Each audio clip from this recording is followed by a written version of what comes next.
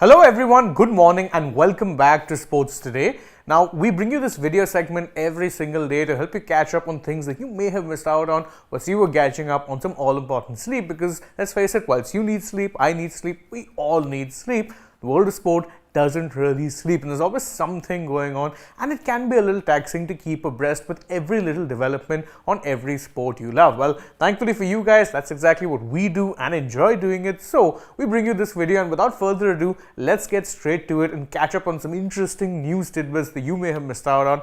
And let's start off with a bit of a blow really for India going into the second test against England. It involves this man, Jadeja, because there are multiple news reports, including we have verified this information from sources in the know ourselves, stating that Jadeja could likely miss the second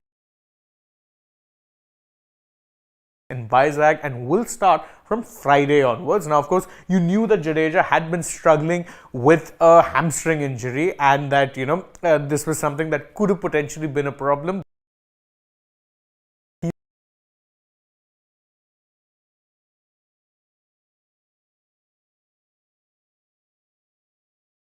But if it is confirmed to be a tear, depending on the degree, we'll know potentially how much time he could be missing in this particular series. Either way, it's a bit of a body blow for India when you consider that in the first innings, Jadeja was probably one of your top batters, and he was bowling well enough too, albeit probably not at the same level that you've come to expect from him in recent home tests, and that may have had something to do with the Hyderabad pitch. Either way, this opens the door potentially for a Kuldeep Yadav to slot in, although that will ensure that India are with a proper batter less. They might have to play with only 8 batters instead of the 9 that they've been accustomed to playing in recent home test matches. Could that happen?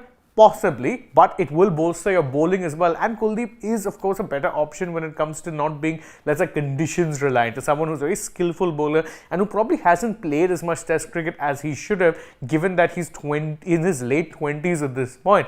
It's not very good, but Jadeja's injury, bad news that it might be for India, may be very good news for a Kuldeep Yadav, assuming he gets to step in. Now, speaking of course, the test matches, then it's hard not to focus on the fact that India ended up losing the first test match, and Rohit Sharma had pinpointed a rather interesting reason as to why that was perhaps the case. He pinned the blame on the batters not being brave enough. His exact words were that we weren't brave enough, we weren't trying anything unconventional, and that is why we got bogged down and we ended up losing. Now, again, it is worth noting that Rohit, by his own admission, did actually try to walk that talk. It's one thing if he said it and he himself was playing conservatively. He wasn't. He was looking to sweep. He was looking to be aggressive.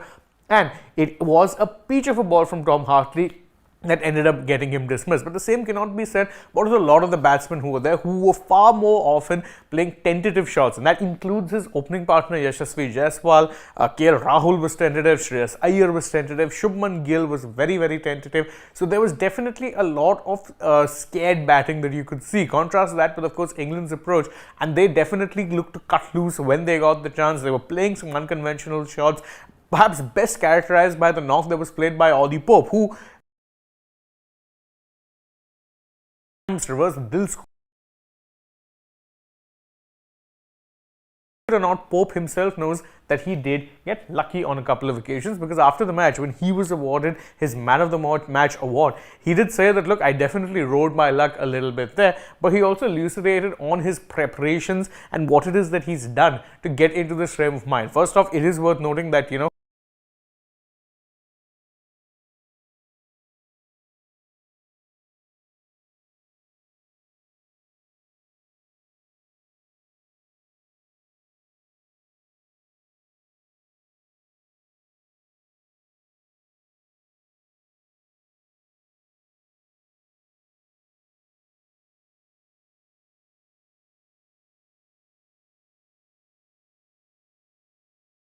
not take away from the fact that despite the fact that he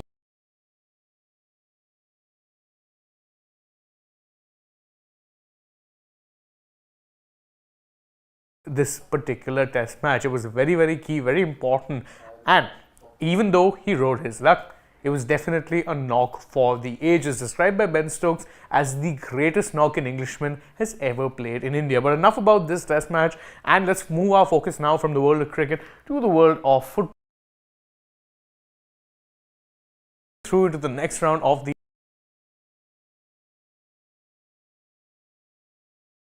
round. That's right. The team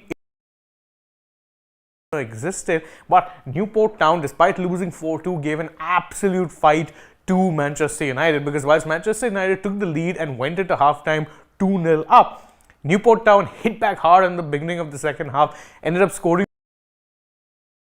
It was, the stadium was rocking because again this was an away game for a Manchester United, so they were playing at a Newport Town stadium. But luckily for them, a goal from Anthony of all people. I mean, when do you ever see Anthony in the news for scoring goals? He scored a goal, and then Rasmus Højlund wrapped up the win in injury time with a goal that pretty much put the game beyond all doubt. So they had to survive a scare, an absolute scare against lower league opposition to make it through to the next round. There were, however, no such hiccups for United's rivals Liverpool, who, despite the fact that they too went up against a spirited Norwich City side, were pretty comfortably in the front seat, and on the front foot. They were definitely not backing down, even though Norwich themselves put together a bit of a challenge. But 5-2 winners and the Jurgen Klopp farewell tour. Yes, lest we forget, Klopp will be leaving the club in the at the end of this particular season. The Norwich pulled one back. They ended up scoring 2 more goals in the second half, and then after that, the second goal the Norwich scored, pretty much academic consolation, did not matter. Liverpool too are through to the next round. Now, a little bit of interesting football news from the world of Germany, and remember this lady, her name is Marie-Louise Ita. Why am I saying you should remember her name? Well, because Ita ended up only becoming the first ever female to take charge of a Bundesliga game. You heard that right. Over this particular weekend, Ita ended up taking charge. A lot of admiration and fans all around the world due to, of course, their rather inspirational story. And she took charge because, of course, their coach was serving a 3-match suspension for shoving Leroy Sané of Bayern Munich in their previous match. He's serving a 3-game suspension. Marie-Louise Ita took charge. She's one of the assistant coaches, but she was promoted to lead the team in this particular instance, took charge from the dugout, and, well, Union Berlin ended up registering a 1-0 win over Darmstadt. Now, that's not saying much because, again, this particular team are dead certain to be relegated from the top flight this season. But it's a pretty impressive feat regardless, and you'd hope it's something that could push, let's say, other teams, not just in Germany, but potentially in Europe, to break down this barrier and ensure that you have more deserving female coaches take charge of football teams.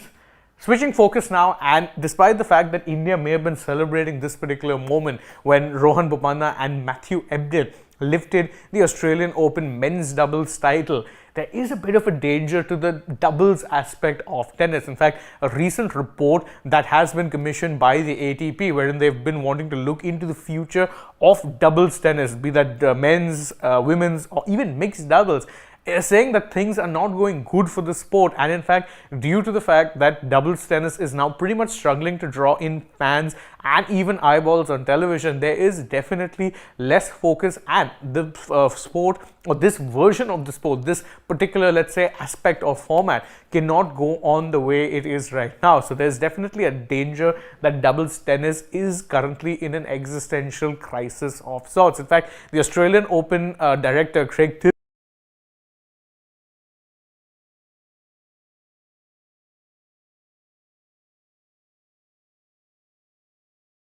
there's just nothing there right now to suggest that it is drawing the interest of fans, and that is a bit of a problem because, again, if it's not bringing in enough money, if it's not bringing in enough interest, then it's basically having to be subsidized by the interest and fandoms that, and that's definitely, let's say, for the sport of tennis. Again, doubles tennis definitely has its own charm, but if it's an existential crisis, maybe the ATP needs to do more rather than just pin it on the fans and say, no, you're not interested enough. Could be a bit of a chicken egg situation, but perhaps efforts needed from both sides. More fans should perhaps turn up to support their favorite doubles players, market the sport to ensure that fans are tuning in, because right now, if you see the fan shots that are there in doubles tennis, whether it be singles, women's, or even mixed, it is negligible at best.